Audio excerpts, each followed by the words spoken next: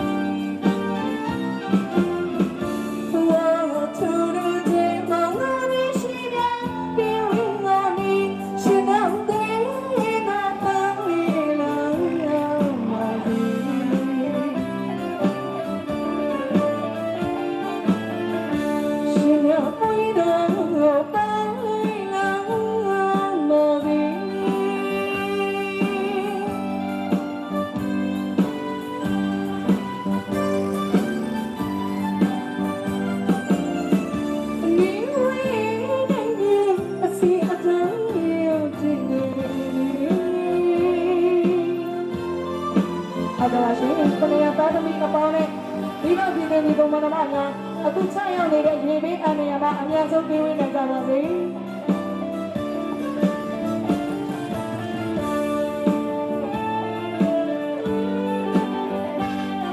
အဲ့တော့ရှင်ကားပေါ်ကနေပြချကြလို့ရရနော်။ကျေးဇူးပါ